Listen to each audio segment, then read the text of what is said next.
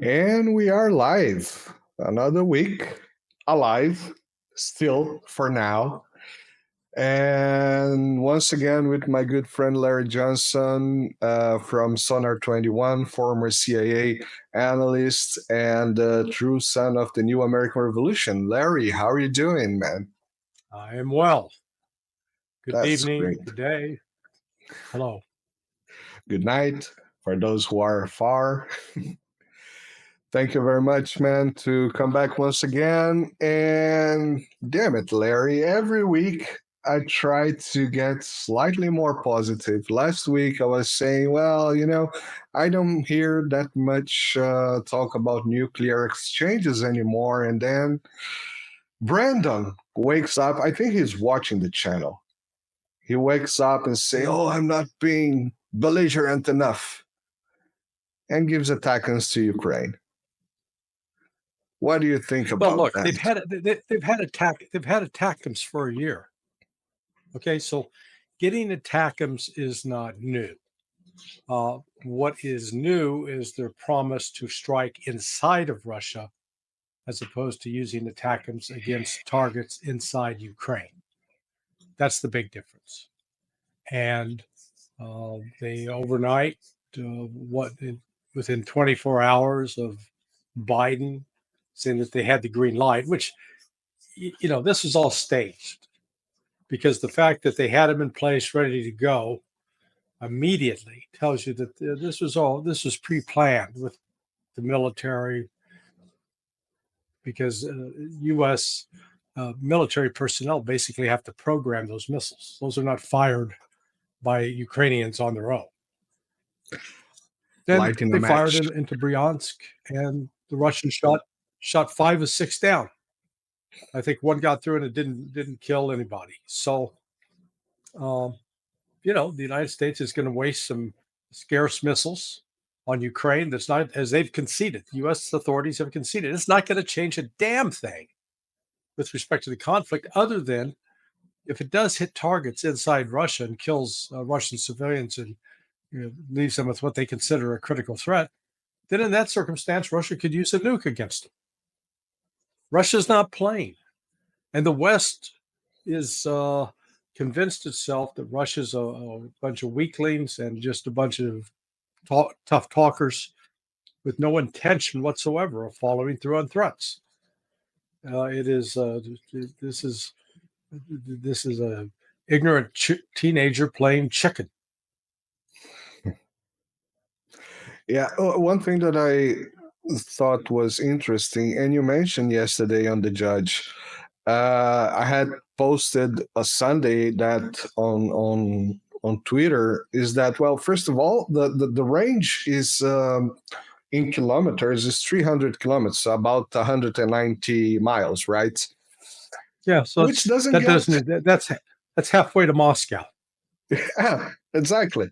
If you go from Kharkiv to Moscow, it's less than halfway.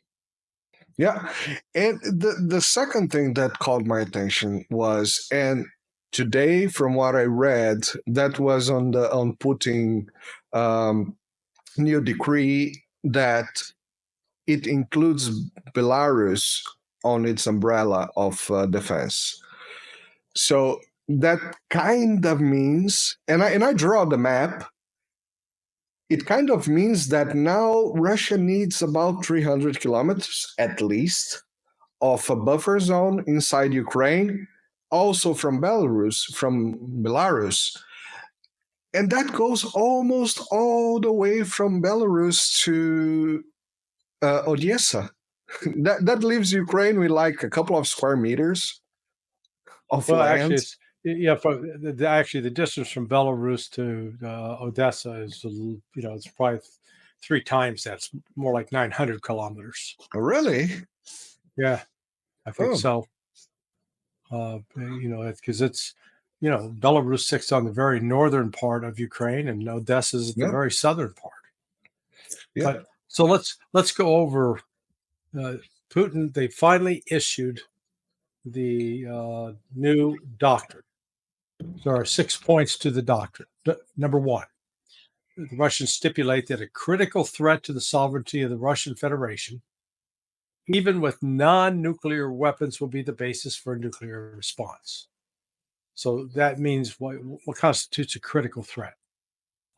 Something that is, say an attack on a Russian nuclear site, an attack that causes mass casualties, an attack that destroys a significant number of Russian aircraft.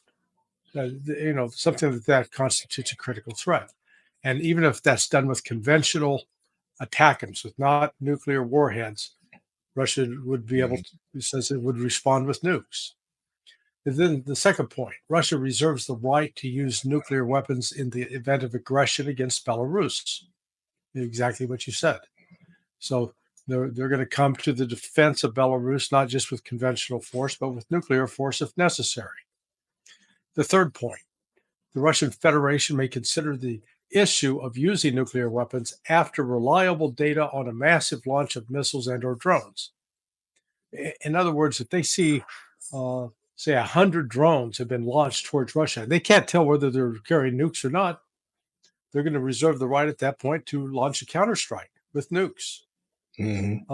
Fourth point, Russia has expanded the category of states and military alliances against which nuclear deterrence is carried out. So it's not just, in this case, it wouldn't be just limited to Ukraine. If Ukraine is being assisted in these actions by England, France, or the United States, then England, France, or the United States become a target. Fifth, in the updated version of the document, aggression against Russia by any non-nuclear state, but with the participation and support of a nuclear state, proposed to be considered as a joint attack on the Russian Federation. Okay? So, in other words, Ukraine attacking with the United States, that's considered as a joint attack on Russia. And finally, Russia is obliged to take into account the emergence of new sources of military threats and risk for itself and its allies. So this is now Russian doctrine. And the West better pay damn close attention. The Russians, they're not screwing around. They're not playing a game. They're not bluffing. They've laid it out. They will follow this doctrine. They are very, if in this way, quite legalistic. And so there will be a response to this attack overnight in Bryansk, but it's not going to go into, it doesn't meet any of these criteria yet, because it wasn't a massive drone or missile strike. It didn't hit a critical target. It was largely defeated, but I wouldn't be surprised to see Russia go back after a command headquarters, perhaps even, trying to take out the Ministry of Defense in Kiev. Up to this point, they've left it intact. Now may be the time to destroy it, take it apart. Yeah, it's been a while since everybody's asking themselves, and I see people asking a lot about this, why isn't the Russians going after leadership? Decapitation attacks and all that.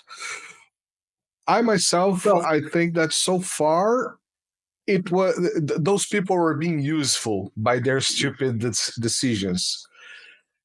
Hasn't it gone too far? No. I mean, look, Russia recognizes, unlike the Israelis, that decapitation strategies don't work. They took out Hassan Nasrallah. Did that stop Hezbollah? No. So it also sets a bad precedent that it's okay to start assassinating leaders. You destroy the military. You destroy you basically disarm them so that they cannot continue to fight. That would be an ultimate last step for Russia, the very last thing they'd want to do. Because the plan is working. The notion that Russia's struggling is false. They are advancing at an increasingly rapid pace every single day. And Ukrainians are on their heels. They're moving backwards. In many cases, they're surrounded, and they're being killed and decimated in massive numbers. I'll post a video later today at sonar21.com of this time-lapse photography of the cemeteries in Ukraine. They're exploding in the size over time. Sometimes they've increased 10 to 15 fold. Okay, 10 to 15 times their original size. That's how many Ukrainians have been dying. Yeah, I've seen a hell lot of videos about, people just filming, passing by, and all the flags waving around, all the Ukrainian flags and the pictures of people. It's been like there for almost 2 years already, and I don't know what people think. Just today, a friend of mine, during a conversation, said, "Well, yeah, Russia is getting bombed." I said, "Dude, look who's getting really bombed. Yeah, they got a missile here. It's a war, you know. But I just don't see how this can be." And that's what concerns me, Larry, because average people. I'm not saying stupid people. I'm saying average people that are not paying attention to things that we are paying attention. They just don't have this perception of what's going on. Right. Yeah. They choose to listen to the Western propaganda. That's all it is. So the only thing to correct that is to try to steer them to alternative media, like my blog, Sonar 21, like your podcast here, to try to get educated, to be informed, to be presented with some actual information as opposed to a bunch of spin.